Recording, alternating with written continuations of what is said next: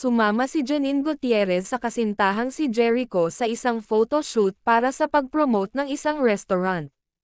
Tahimik lamang siyang nakamasid habang abala si Jericho sa pagpo-pose para sa camera.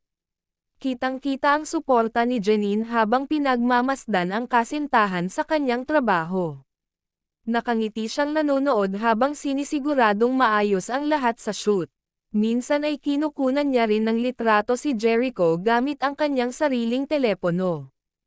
Naging inspirasyon siya sa kasintahan sa pamamagitan ng kanyang presensya. Makikita sa kanilang mga kilos ang pagmamahal at respeto nila sa isa't isa. Hindi siya nakialam sa proseso ng shoot ngunit nakasuporta siya sa bawat sandali.